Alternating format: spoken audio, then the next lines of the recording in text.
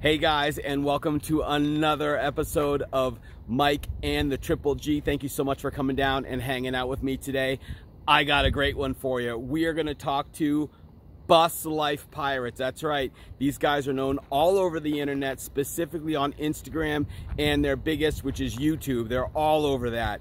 And these guys are great people. They keep it raw, they keep it real, and they show you what they're doing with their lives. So we're going to dive deep today. We are going to find out some things like what it's like to be a couple living in a bus. We're going to find out how they make it on the road, what their dreams and passions are, and how they got started. So let's get right into it.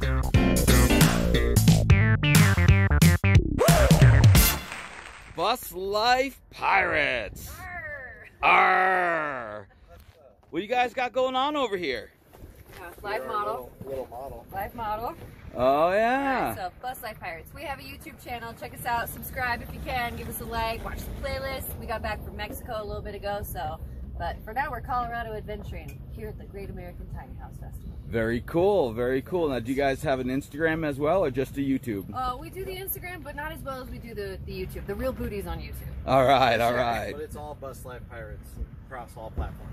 All right, perfect. Well, we're going to check in with you guys later on. Right out. All right, thanks. What kind of got you into this? I mean, it's not for everybody. What was your leap of faith moment that you just decided, nah, I'm going for it?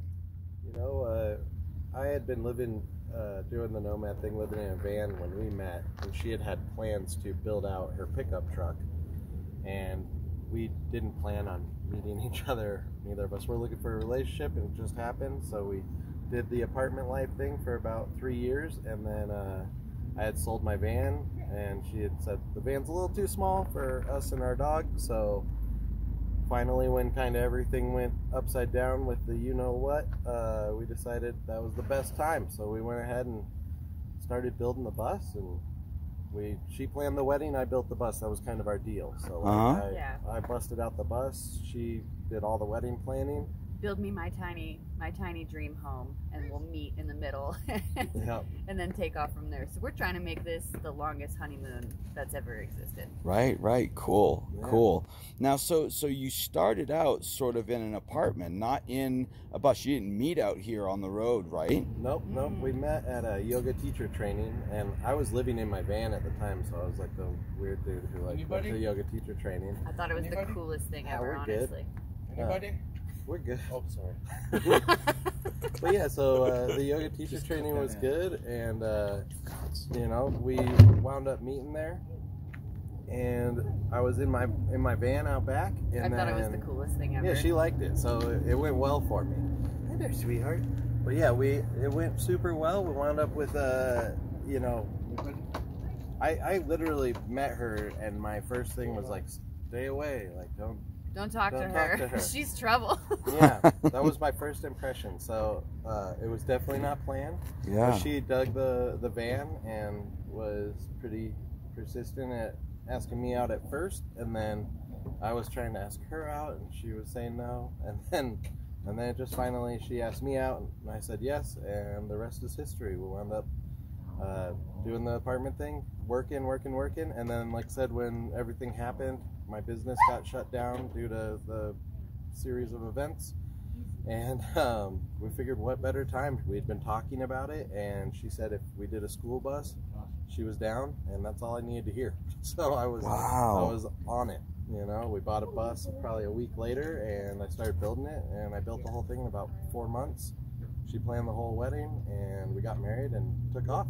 I think we both felt like we were kind of suffocating in apartment life, like, yeah, especially after being locked inside for almost a full year and just staring at those 4 walls. And like, God, imagine if those 4 walls could like take us places and go. So right, we definitely were like treading water at that point. We're like, we just have to do it. We just gotta do it. And yeah, we made it happen. And I think we're gonna try to keep this ball rolling for as long as we possibly can. Wow, that's cool. So now I gotta ask, because you know there's a lot of single solo people out there, and there's also a lot of couples, there's also a lot of families out there, and I always hear the story, you know, oh, it's, you know, we get in that bus and we're always in each other's face all the time. I mean, how is that part of life for both of you guys in a small environment like this? It probably sounds a little funny because like we hang out with lots of couples and we know that can definitely be the case. We don't really fight that much, honestly. I'll get like snippy or like snitty with him about certain, because I like things a certain way, like the fridge. Yeah. The fridge might be a point of major contention in our house just because it's a top load and like it's frustrating. I like things a certain way, so we never like truly fight, like battle it out. Yeah, if anything, we just more joke with each other and play around. But like I don't know. The more we go through this, the more I feel like we're so lucky. Like we just really get along well. I come from a background of communication, and so we've implemented a lot of those communication techniques in our relationship. And so instead of getting angry or yelling at each other or anything like that, we pretty much just openly communicate, and things are all good. I mean, it's I know it's silly to say, but I don't feel like I think we've really not had any issues of feeling on top of each other. We feel pretty snugged up together, you know. Yeah. I think that's too. So yeah. I really just need to get out of his way, or he needs to get out of my way. Like, go on the roof. Right. Get out of visual sight for a while and take some fresh air. And we're usually in beautiful places. Like if we need a moment, we just step outside and go for a walk. Yeah, that makes sense. And I think the fact that you guys have good communication, that's a huge thing, because a lot of people don't, you know, especially when they have so much room that they don't have to talk. You know, that never, you know, they never get to that point. So I think you guys are probably pretty lucky there. Yeah, he taught me a lot of the nonviolent communication. I've been a hothead most of my life, so he kind of just like simmers down the demons inside you, if you will. Yeah. Well, that's cool. So now, what do you have like a business, or how do you guys make money on the road? So I had brick and mortar business for almost a decade. Obviously I was in the health and wellness industry, which we got hit pretty hard when everything happened.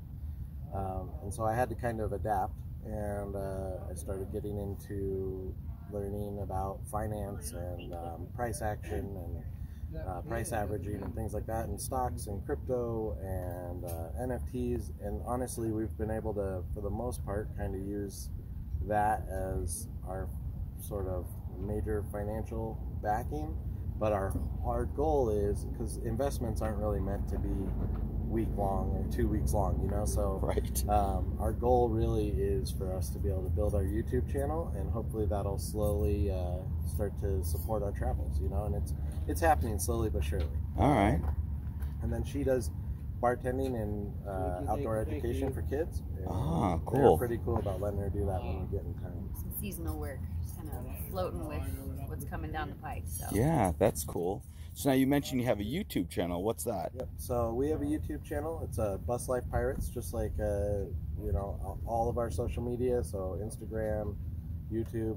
We do technically have a TikTok. We have not done it yet, but I'm really bad at it. I feel like I'm too old. I'm only 31, but like I don't know. I think I missed the trend there for the tag. But yeah, BusLife Pirates. Yeah, we do all of our, we document all our travels, show you guys where we're going, introduce you to the cool people that we meet, and cool. Yeah, we're just pretty unscripted, raw, super real, unfiltered, the real deal life of a BusLife pirate. That's what I like. That's what I like. Cool. So so then you'd say maybe your finances and health and wellness is your passion then? Absolutely. Okay. You know, health and wellness is huge for me. Preferably like I've done everything. I'm a massage therapist, personal trainer, yoga teacher, positional therapist. So like I've been in that world for 20 years, maybe even a little more. But you know, when things happened, I had to figure out how to adapt to the fact that was not currently any of those a very good business to be in. Right. So I found that like, you know, all the work, finance, works quite well because I'm just on the internet. I don't have to be in close contact with anybody. And now that things are coming back to normal, I'm venturing into a little bit of both, so that way I can do that. But like, yeah, our primary focus right now is to be able to do the YouTube and that kind of thing, because it does allow us to work. Like I can do the finance anywhere, but we can also do the YouTube anywhere, and then finance, I can have our investments be something that I look at for 5 years down the road, instead of 2 weeks from now. 2 weeks from now, pull some money out of this. Right. Okay, so for everyone who's watching my channel that's thinking about getting into some sort of bus life or nomadic life or whatnot, what would you guys give them for like best advice? jump. Yeah. You just kind of gotta do it. I will say, if you're going or leaning more towards a bus, it will help you quite a bit if you are kind of handy underneath the hood. It's like, things happen. Buses do have mechanical issues. Most are simple fixes. So you just want to have kind of like a general working knowledge of what's under the hood. How can I do this? Or you don't, resource the community. The community is amazing. Most people have dealt with a similar issue that you have if you're going with the bus. So everybody's always willing to help each other, and that's amazing. So jump into it, jump into the community. Maybe a little working knowledge about a bus if you're going that route, for sure. 100%. I say the same thing. Just do it. The truth is, like, pick whatever you want, whether it's a van or you want to try out your, Xterra like the guy did here earlier. Whatever your vehicle is, just give it a shot and see how you like it. Because the truth is, like, almost everything, if you get a van and you got it and you build it out, even if it's not the greatest, your van's probably going to be worth more than it was before you did it. And then if you decide you want to switch, sell that van to another person who wants to enter this lifestyle, and now you have an idea and jump to your next vehicle. And like, that's a lot of how this works, is it's trial and error, and you'll see what you like and see what you don't. And she very much knew she didn't want to be in a van that was that small when we started, so thus the bus. And now we've been in the bus for about a year, and if anything, we're like, man, 4-wheel drive and maybe smaller in the future. Gas mileage. Ooh, that would be nice to get better gas mileage. Yes, heads up on buses. Gas mileage ain't great. That's right. You can do nomadic existence in anything. There's only 3 basic human needs: shelter, food, and water. So if you can accomplish those things in any rig, then you've done it. You're a nomad. Congratulations. Yeah, I can say this: we don't live the same Tuesday every week, and I did that. I worked crazy hours and ran my own business for a long time, and it was every Tuesday was the same as last Tuesday, and so on and so forth for years. And that's what I think mowed me down. So this lifestyle allows you to go, maybe it isn't, sometimes you're in a parking lot, sometimes you are at a Walmart or something, Cracker Barrel, but yeah, our favorite. But you also are at the beach, and you are opening up to the Tetons behind you. I mean, you get those moments that you see on Instagram. They are real. They're not every single day, but if you plan it well, they can be a majority of the day. Wow. So it's worth it. That's great. That's great. I love the advice. Yeah. Well, thank you so much, guys. I really appreciate getting some feedback from you guys. I mean, you're successful out here, and you're super cool. I've gotten to hang out with you guys for a couple of days now, and I've really enjoyed it. So thank you so much. Absolutely. Yeah, we of course. appreciate it. It's been awesome to meet all you guys. And that's one of the main things. If you're thinking about doing this, community. I'm telling you, I've been in a lot of different communities of different types, and this is by far like the most gracious and welcoming community. You just gotta get out there, say hi. It might feel awkward at first, but everybody's welcoming. Everybody gets to know each other, and we're not inside just watching the TV. We're all sitting outside having fun. You get to know people, and it doesn't mean you can't watch a movie still. But I'm just saying, there's more out there than getting stuck in your job and watching Netflix every night, so you can forget that you have to go back to work. Right. That's true. All right, guys. Thank you so much. Yeah, thank you. Bye. Bye. Wow, these guys are awesome. I'm so happy I met them. They taught me a lot while I was out there, and I can't wait to meet up with them some point in time down the road. But biggest takeaway for me, communication. Oh my God, is that so important. Think of how many things you can get through if you just communicate. Anyways, guys, I hope you liked it. Like, share, subscribe if you feel like it, and definitely go follow BusLife Pirates.